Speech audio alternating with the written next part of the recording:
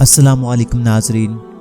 حضرت علی رضی اللہ تعالی عنہ نے فرمایا، اگر تم ڈوب رہے ہو اور تمہیں یاد آ جائے کہ وقت نماز ہے تو کیا کرنا چاہیے؟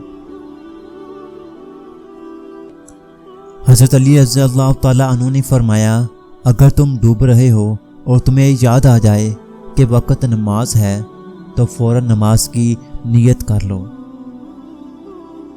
صرف رب ہی وہ شہنشاہ ہے جو مانگنے پر خوش اور نہ مانگنے پر خفا ہوتا ہے۔ اپنے ضمیر کی عدالت میں ضرور جایا کرو، کیونکہ وہاں کبھی غلط فیصلے نہیں ہوتے۔ حضرت امام حسین رضی اللہ تعالی عنہ۔ نصیب کیسا بھی ہو مگر نماز اور قرآن سے مدد لے کر اللہ سے جو بھی مانگو ضرور ملتا ہے۔ دوسروں کی خوشی میں خوش ہونا سیکھو، اللہ تمہیں دینے میں بھی دیر نہیں کرے گا۔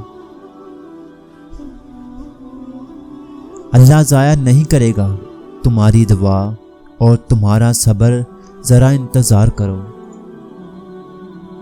ہدایت اور اللہ کی محبت دو ایسی چیزیں ہیں جو انسان کو مانگے بغیر نہیں ملتی۔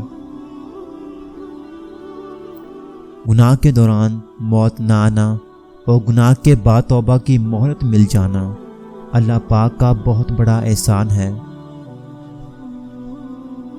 کسی کی تہجد بھی کام نہیں آتی اور کسی کی قضا بھی قبول ہو جاتی ہے۔